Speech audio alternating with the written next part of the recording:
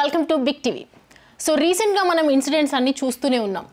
కాంట్రవర్సీలు, హత్యలు, పొలిటికల్ ఇండస్ట్రీలో జరుగుతున్నటువంటి విభేదాలు, సినిమా ఇండస్ట్రీలో ఇలా రకరకాలుగా వార్తలు వస్తూనే ఉన్నాయి. మీతో పాటు నాకు కూడా కొన్ని సందేహాలు ఉన్నాయి. అవన్నీ డౌట్స్ క్లియర్ చేసుకోవడానికి మనతో పాటు ఉన్నారు doctor T Subhashini, high court advocate. So మేడంతో మాట్లాడి అసలు ఏం జరుగుతోంది, ఎలా ఉండబోతోంది, రీసెంట్ ఇన్సిడెంట్స్ అన్నీ, ట్రెండింగ్ టాపిక్స్ అన్నీ కూడా ఒకసారి క్లియర్ చేసుకుందాం. హాయ్ మేడం, నమస్తే. నమస్తే మ్యామ్. ఇప్పుడు మనం చూస్తున్నాము యూట్యూబర్ రణవీర్ గురించి తీసుకుందాము. పేరెంట్స్ గురించి వల్గర్గా ప్రైవేట్ పార్ట్స్ గురించి నిజంగా నేను అవి మాట్లాడలేను, ఆ పచ్చి బూతులు అవి.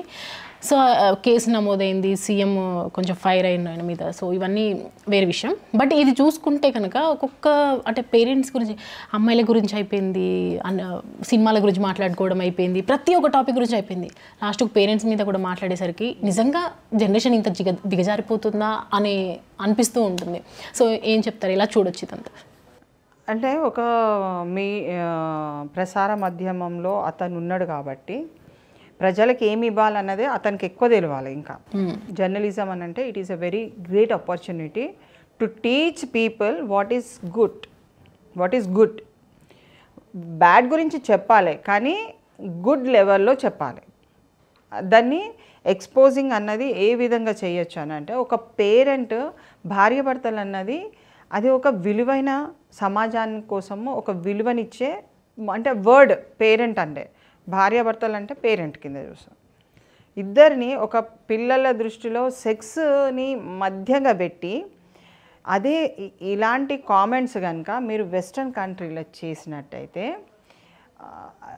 వెరీ వెరీ అంటే చాలా సివియర్గా అతని మీద యాక్షన్ తీసుకుంటారు. అది ఫారెన్ అయితే. ఎందుకంటే abusing the private parts of the person, అది కూడా పేరెంట్ని చేయడం అని అంటే సహించరానిది అని వర్డ్ యూజ్ చేస్తున్నాను. And it is very abusing for the parent. అంటే పేరెంట్ కేటగిరీ కానీ పేరెంట్ ఒక వ్యక్తిత్వం కానీ అక్కడ తీసేసినట్టుగా అయితే. మనం ఎన్ని కామెంట్ చేసినా పిల్లలే పేరెంట్స్ని తిడితే మనం ఒప్పుకోం.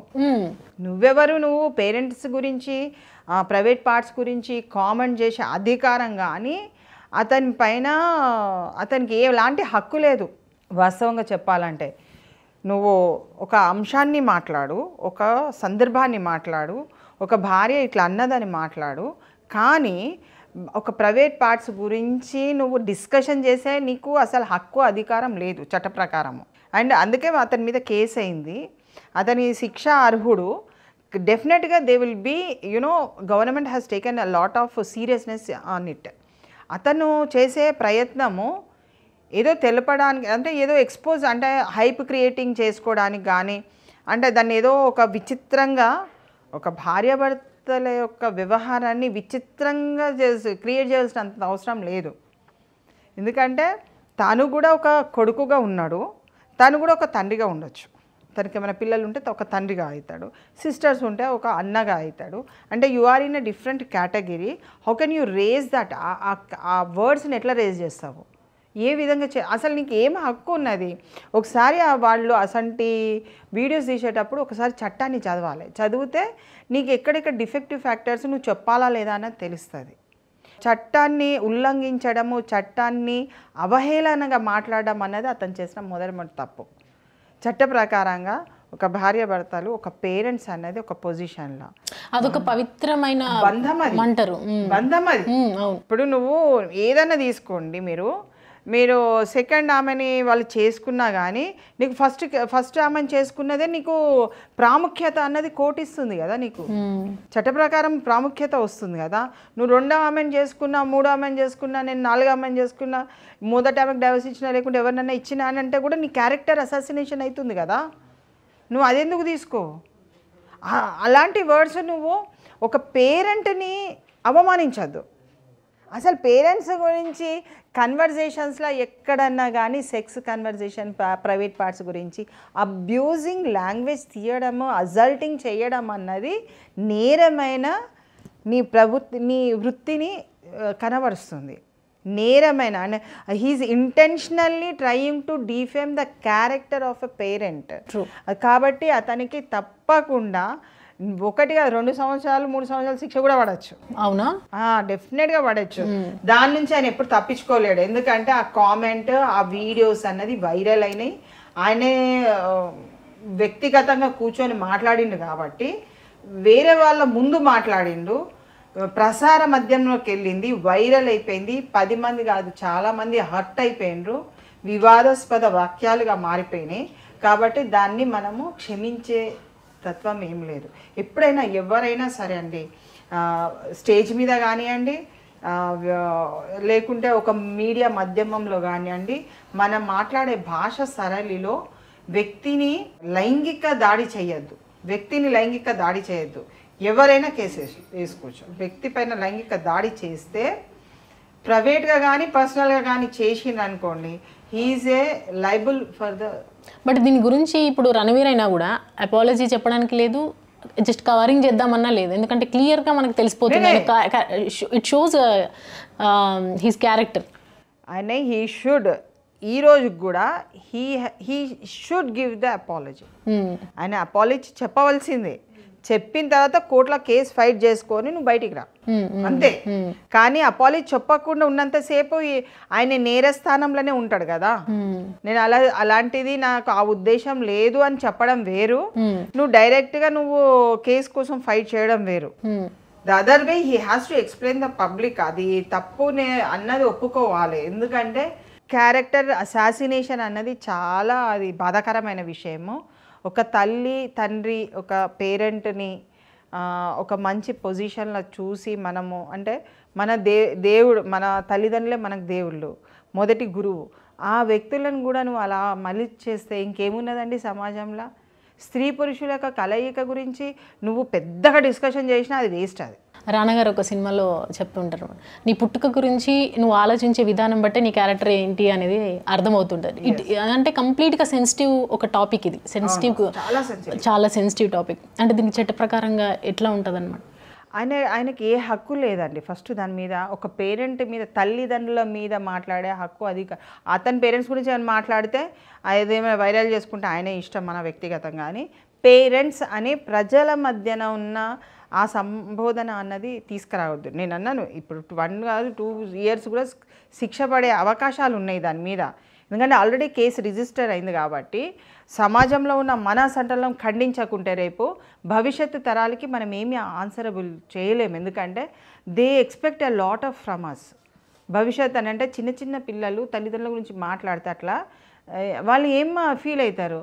ఇంటి ముందర పోతే, ఇంట్లోకి పోతే అమ్మ ఇట్లా, మా నాన్న ఇట్లా అనేది ఆలోచించమంటారా?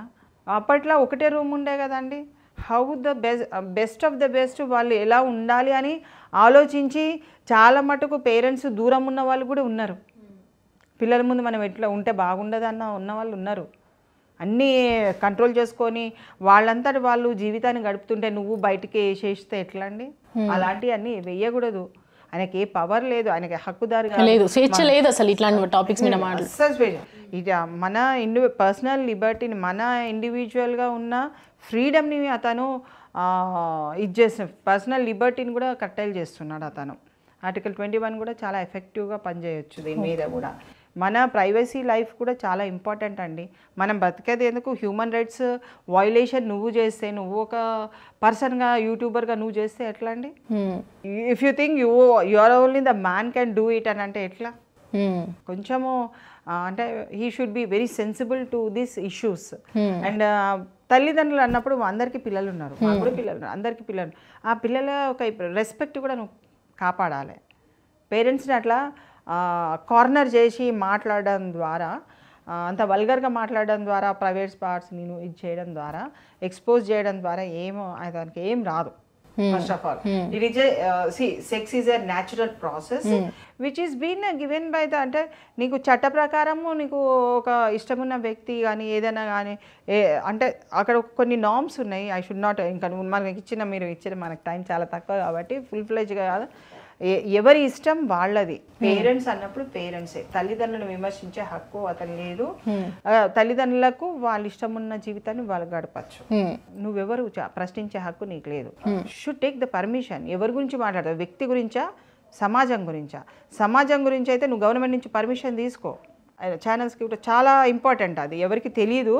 But YouTubers they have to take the permission and then speak on it. That is good. Permission, police నుంచి కూడా పర్మిషన్, మేము ఇది గురించి యూట్యూబ్లో దీని గురించి వేస్తున్నాము, you take the permission then you ఇది. కానీ without taking permission if you are అట్లనే ఇచ్చేస్తే you are liable for the punishment. Even యూట్యూబర్స్లో కూడా మీకు ఒక కేటగిరీ ఉంటుంది, ఆన్ చేయండి 3 డాట్స్ దగ్గర మీరు ఆన్ చేస్తే డిస్క్రిప్షన్, రిపోర్ట్లో మీరు రిపోర్ట్ అని నొక్కితే you will get the contents, sexual contents, abusing contents, you want to book the case on him అని అంటే కూడా అక్కడ మనం నొక్కితే మన డీటెయిల్స్ అని ఇచ్చి వాడు కేసు కూడా బుక్ చేస్తాడు. సో యూట్యూబర్స్ మీకు అక్కడ వరకు మీద గూగుల్ వాళ్ళ అక్కడ కూడా వరకు మనకు పర్మిషన్స్ ఉన్నాయి. మనం ఏంటంటే కొంచెము సమయం కేటాయించి మనం చేయవలసిన అవసరం ఉంది. కాబట్టి ఇలాంటి వారిని మనం ప్రోత్సహించకుండా, ఇలాంటి టాపిక్స్ని ప్రోత్సహించకుండా మంచి టాపిక్స్ని పిల్లల్ని పైకి ఈ సమాజానికి ఎలా తెస్తే బాగుంటుంది, ఎలాంటి టాపిక్స్ని ఇంట్రడ్యూస్ చేస్తే, ఎలాంటి విషయాలు చెప్తే వాళ్ళు తెలుసుకుంటారు అన్న విషయాన్ని పరిజ్ఞానాన్ని ఇచ్చినట్టయితే మనము జీవితంలో ధన్యం చేసుకున్నట్టే. మంచి పౌరుణ్ణి ఒక మీడియా తీర్చిదిద్దిందంటే credit goes to the media. నేనైతే నా జీవితంలో నాకు మీడియా చాలా హెల్ప్ చేసింది.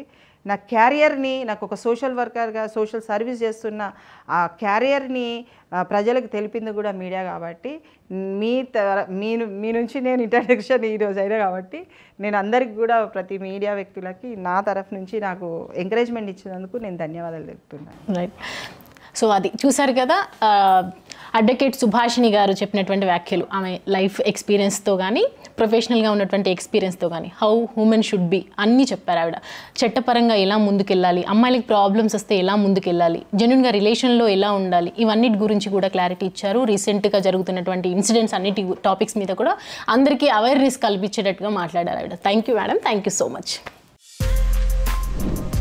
For more videos like this, subscribe Big TV channel.